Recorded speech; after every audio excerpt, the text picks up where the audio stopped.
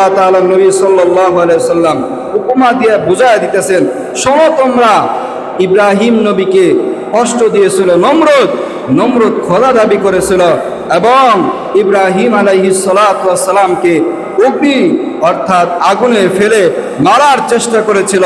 ওখান থেকে আমি আল্লাহ তাআলা তাকে বাঁচাই নিয়ে আসছি।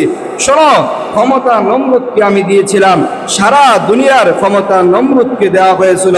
নমরুদ ক্ষমতা পেয়ে আল্লাহ তাআলার শুকরিয়া আদায় করে নাই, ঈমান গ্রহণ করে নাই, নবী দাওয়াত দিয়েছে, দাওয়াত গ্রহণ করে নাই। তার পরিণত কি হয়েছে শেষ মুহূর্তে শোনেন।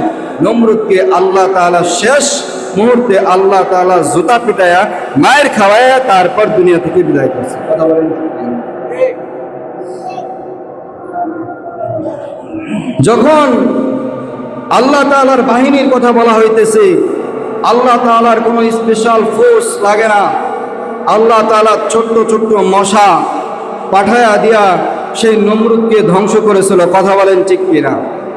নমরুদ ইব্রাহিম আলাইহিস সালাতু ওয়াস সালামের দাওয়াত না মেনে ইব্রাহিম আলাইহিস সালাতু ওয়াস সালামকে যখন অগ্নিকুণ্ডে অগ্নির ভিতরে যখন ফেলে দিল, তখন আল্লাহ রাব্বুল আলামিন নমরুদের এই করুণ অবস্থা করেছিল যে আল্লাহ তাআলার বাহিনী দেখতে চেয়েছিল নমরুদ। আল্লাহ তাআলা তার বাহিনীর কাছে এমন মশা পাঠায় দিলেন, ছোট্ট ছোট্ট মশা, লোহার হেলমেট, লোহার পোশাক পরিধান করা নমরুদের বাহিনী ওই হেলমেটের ভিতর দিয়ে ঢুকে ঢুকে যেই দিক দিয়ে ঢুকে অপর দিক দিয়ে ছিদ্র হয়ে বের হয়ে যায়। মুহূর্তের মধ্যে নমরুদের সব বাহিনী শেষ। তো নমরুদ এটা দেখে তার দরবার, তার রাজপ্রাসাদের দিকে দৌড়ায় যাইতেছে। আল্লাহ তাআলা একদল মশাকে হুকুম করলো, যা নমরুদকে ধর। আর এখানে যারা যে সমস্ত মশা ছিল, এটা দেখে নমরুদ দৌড়ায় পালাইতেছে। এখান থেকে একটা মশা এমন ভাবে দৌড়াইতেছে, দৌড়াইতে দৌড়াইতে তার হাত পা ভেঙে গেছে। কিতাবের ভিতরে আসে। তো হাত পা যখন ভেঙে যায় তখন তাকে কি বলে? ল্যাংড়া। না, ল্যাংড়া মশা। এই মশা নমরুদকে যায় ধরছে। নমরুদের নাকের ছিদ্র দিয়ে ঢুকে সরাসরি ব্রেনটে তার মাথার মগজে গিয়েছে। যাওয়ার পর মগজকে ছিন্ন ভিন্ন করে খেয়েছে। জুতা দিয়ে বাড়ি দিলে সে একটু শান্ত হয়।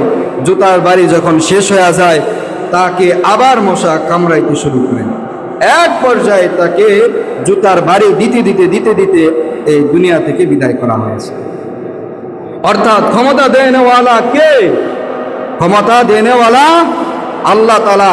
এই ক্ষমতা পেয়ে যদি ক্ষমতার অপব্যবহার কেউ করে, আল্লাহ রাব্বুল আলামিন বলেন, তখনও জুতা ছিল, এখনো জুতা আছে কি নাই? আছে, জুতা এখনো আছে। কথা বলেন ঠিক কিনা? যদি উপর দিয়ে না যায় তো নিচে থাকতো, জুতা পড়তো কি পড়তো না? অবশ্যই পড়তো। এখান থেকে শিক্ষা নেওয়া, আগামীতে যারাই ক্ষমতায় আসবে সে যদি উল্টা পাল্টা হয়, তারও এই জুতা মানুষের পায়ে আছে কি নাই, তারও এই জুতা এক সময় না এক সময় তার কপালে যাবে।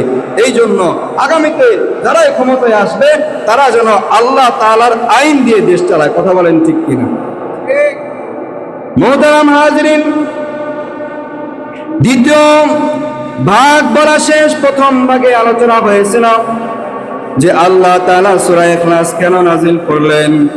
দ্বিতীয় ভাগে সরল তরজমা বলা শেষ। তৃতীয় ভাগ এই সূরার ফজিলত।